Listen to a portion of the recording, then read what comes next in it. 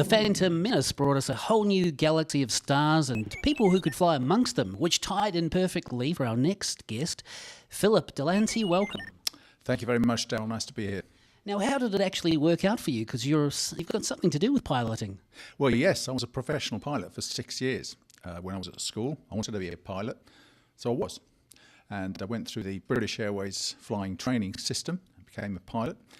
And I flew 1, 2, 3, 4 engines. I flew jets, turboprops, pistons. I was an instructor, did lots of things, and sort of ended up doing all kinds of things in my life for all kinds of reasons.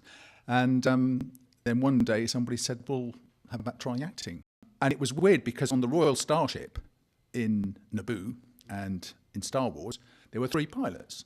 And it was just like being back, except that the aircraft that I was flying on stage was made up of old bits of vacuum cleaner and bits of tubing and stuff like that. But it looked fantastic and everybody was really nice, and it was a bit hot. It's a bit like here in the studio. But yeah, played pilots a few times on screen.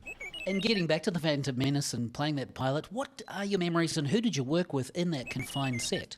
Sure. Well, Jake Lloyd was there. Ralph Brown was actually playing Rick Ollier, the commander of the Starship, and he was great. I mean, I was quite new to the game then, and he really looked after me. He'd done it all. He'd got all the T-shirts for just about everything.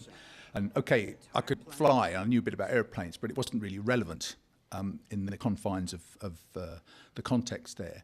But in terms of just working through a big film, working on a big film, Ralph was brilliant. Jake, I mean, the guy, he's 10 years old or whatever. He was fantastic. He was an old pro. And just Rick McCallum was around, and he was dead relaxed because he knew the thing was going to make money. Everybody was just so cool. So a very positive, confident feeling on set? Definitely, absolutely, you know.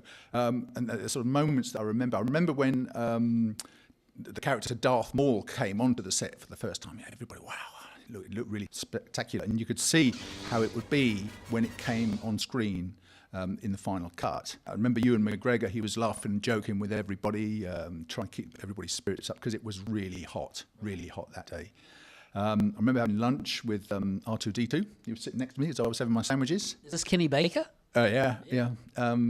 So just, it's because it was quite a long time ago now. Yeah. So there's only certain things that I remember, but it was the heat, I think, probably that really strikes me as a very kind of tactile experience.